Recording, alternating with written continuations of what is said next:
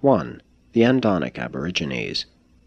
Primitive man made his evolutionary appearance on Earth a little less than 1 million years ago, and he had a vigorous experience.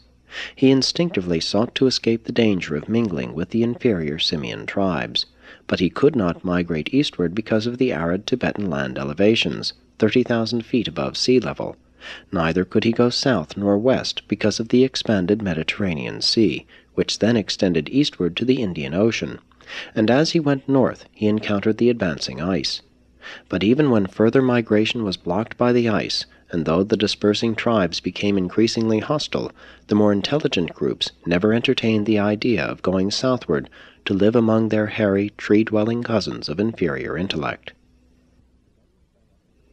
Many of man's earliest religious emotions grew out of his feeling of helplessness in the shut-in environment of this geographic situation, mountains to the right, water to the left, and ice in front. But these progressive Andonites would not turn back to their inferior tree-dwelling relatives in the south. These Andonites avoided the forests in contrast with the habits of their non-human relatives. In the forests, man has always deteriorated. Human evolution has made progress only in the open and in the higher latitudes. The cold and hunger of the open lands stimulate action, invention, and resourcefulness. While these Andonic tribes were developing the pioneers of the present human race amidst the hardships and privations of these rugged northern climes, their backward cousins were luxuriating in the southern tropical forests of the land of their early common origin. These events occurred during the times of the Third Glacier, the first according to the reckoning of geologists. The first two glaciers were not extensive in northern Europe. During most of the Ice Age, England was connected by land with France, while later on Africa was joined to Europe by the Sicilian land bridge.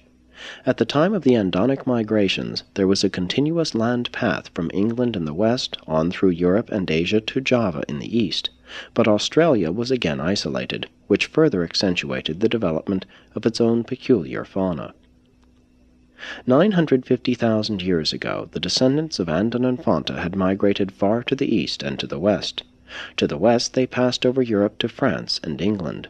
In later times they penetrated eastward as far as Java, where their bones were so recently found, the so-called Java man, and then journeyed on to Tasmania.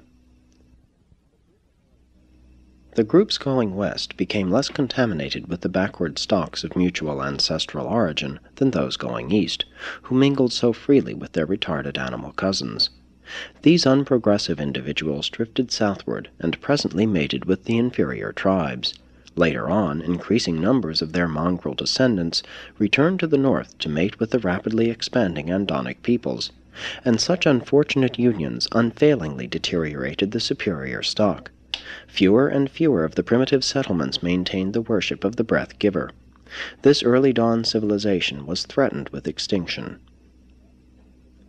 And thus it has ever been on Urantia. Civilizations of great promise have successively deteriorated and have finally been extinguished by the folly of allowing the superior freely to procreate with the inferior.